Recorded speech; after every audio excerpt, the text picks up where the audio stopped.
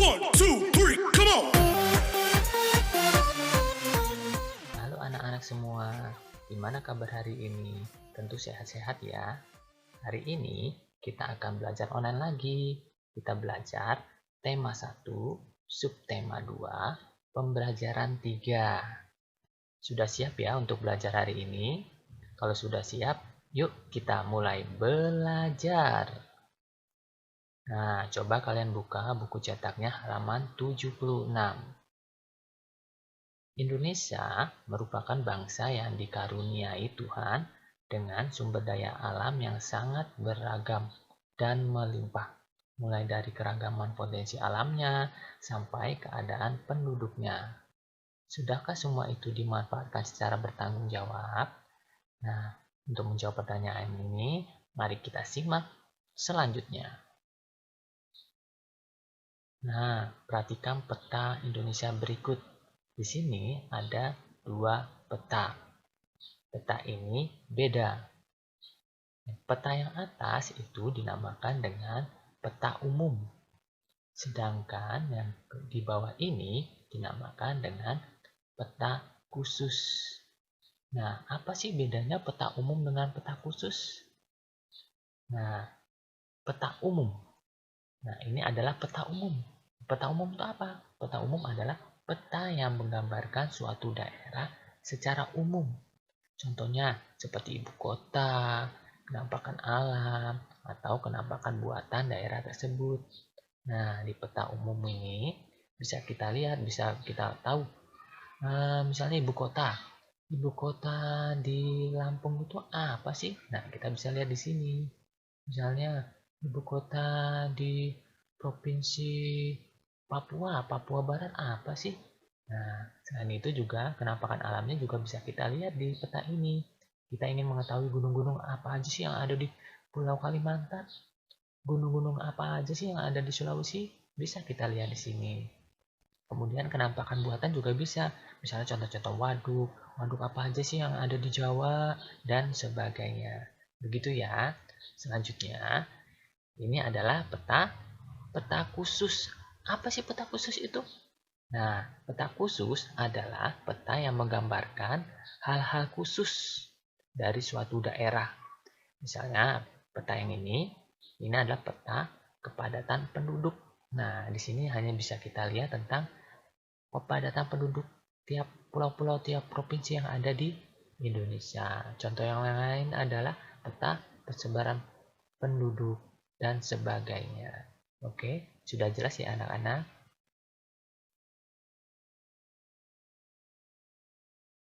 Baik, sekarang mengamati supaya lebih jelas lagi, kita perhatikan ini adalah peta khusus.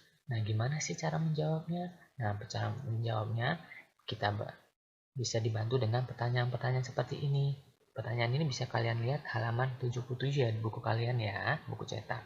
Nah, nomor 1 di sini ada pertanyaan, pulau manakah yang paling padat penduduknya di Indonesia? Nah, untuk menjawab pertanyaan ini kita lihat di peta ini. Nah, di peta ini ada keterangannya. Nah, keterangan ini ada warna-warna. Nah, keterangan yang paling atas ini keterangannya yaitu kurang dari 10 orang per kilometer persegi kepadatan penduduknya, berarti sedikit. Nah, yang di bawah ini banyak, lebih besar dari 1299 orang per kilometer persegi. Nah, maka untuk menjawab pertanyaan pertama kita cari yang padat. Padat berarti warnanya seperti ini. Nah, pulau mana yang warnanya seperti ini? Nah, ini. Nah, ini pulau apa ya anak-anak? Ya, betul. Ini adalah pulau Jawa. Maka jawabannya adalah pulau manakah yang paling padat penduduknya di Indonesia? Yaitu Pulau Jawa. Kita lanjutkan. Nomor 2. Pulau manakah yang paling sedikit penduduknya di Indonesia? Nah, maka kita lihat yang warnanya seperti ini. Di manakah ya? Oh, rupanya di sini. Ini pulau apa ya anak-anak? Iya, betul.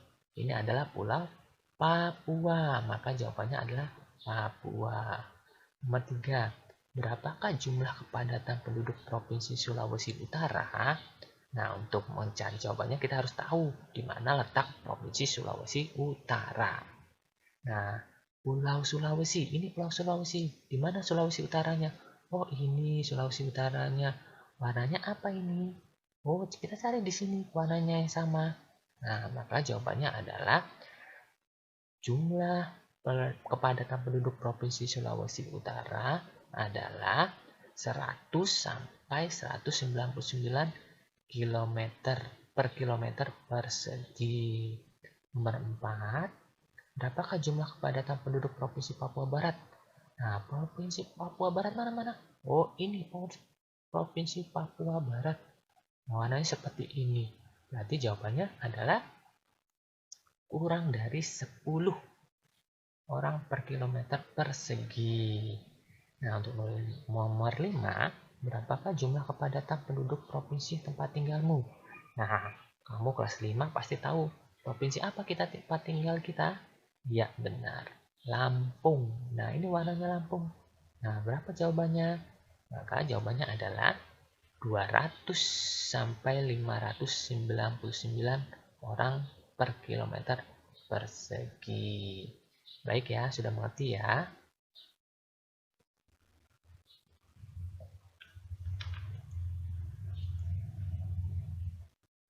Nah, ini adalah contoh peta khusus Indonesia yang lainnya.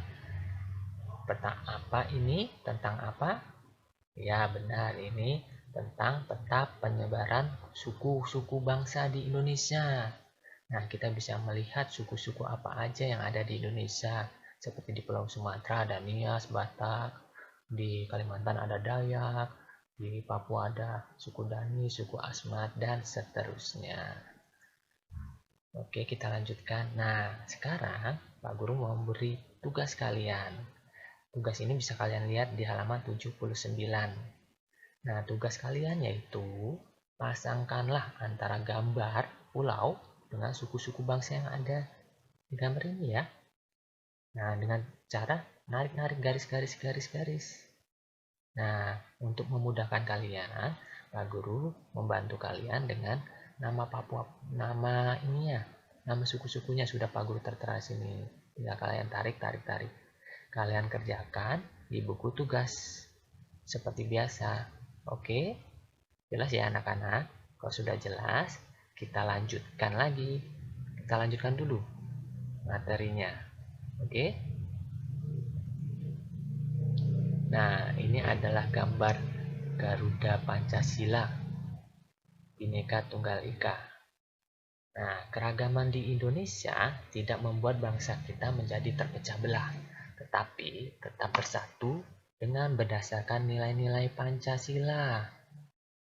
Nah, menjaga kerukunan beragama merupakan perilaku yang harus dilakukan oleh siapapun. Hal tersebut juga mencerminkan penerapan nilai-nilai luhur yang terkandung dalam sila Pancasila, terutama sila ketuhanan yang Maha Esa. Pancasila menjadi pandangan hidup bangsa Indonesia. Maka dari itu, perilaku dan sikap masyarakatnya haruslah mencerminkan nilai-nilai luhur Pancasila. Meskipun demikian, sering kita jumpai dalam kehidupan sehari-hari perilaku orang-orang sekitar kita yang tidak mencerminkan nilai-nilai Pancasila. Nah, berikut Pak Guru akan memberikan contoh-contoh perilaku yang tidak mencerminkan nilai-nilai Pancasila. Nah, yang pertama itu contoh di lingkungan sekolah. Ya, walaupun kita sekarang tidak sekolah, tapi kita masih belajar online, kita tetap pelajari. Nah, contohnya yaitu memilih teman. Memilih teman pengennya mau temenan dengan teman-teman yang kaya saja. Kemudian, tidak mau meminjamkan peralatan sekolah kepada teman. Menyontek. Ayo, siapa yang menyontek? Itu contoh perilaku yang tidak mencerminkan nilai-nilai Pancasila. Kemudian, berkelahi. Ayo, siapa ini yang sering berkelahi? Nggak boleh ya. Kemudian, tidak mau mengikuti upacara bendera, mengejek teman. Nah, itu contoh perilaku di sekolah. Nah, sekarang di rumah. Nah, di rumah, contoh perilaku yang tidak mencerminkan nilai-nilai Pancasila pertama, tidak melaksanakan ibadah sesuai dengan agamanya. Misalnya contohnya, yang agamanya Islam nggak mau sholat, terus yang agamanya Kristen nggak mau ke gereja.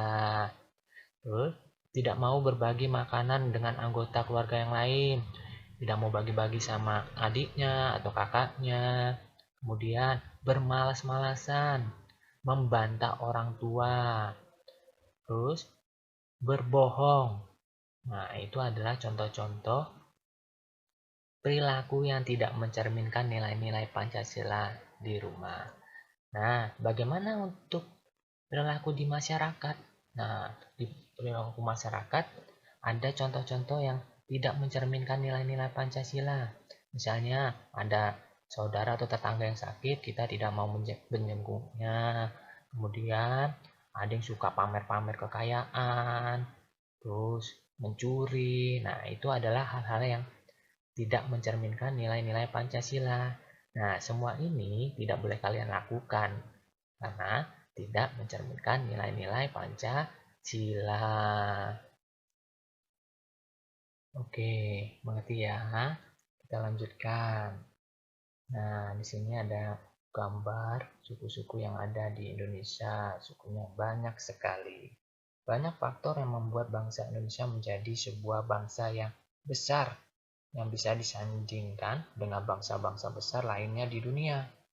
Nah, banyak faktor pula yang menjadikan kita semakin bangga menjadi warga negara Indonesia. Nah, faktor-faktornya apa saja? Nah, faktor yang pertama yaitu nilai-nilai luhur yang hidup di tengah-tengah masyarakat.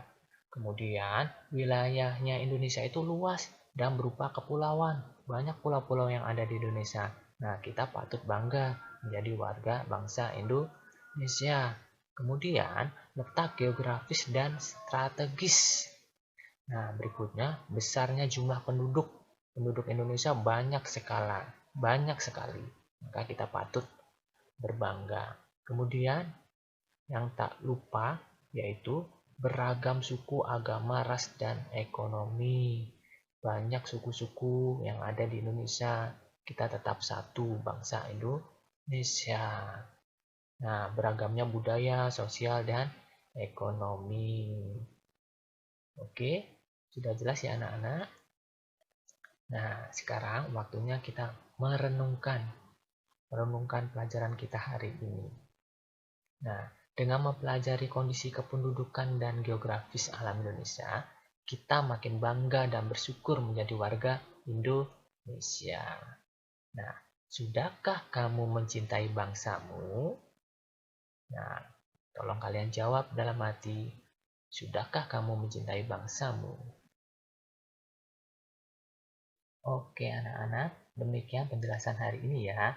Semoga kalian dapat mengerti semua. Sampai bertemu lagi ya. Terima kasih. Selamat siang. Salam CHYBK. Thank you.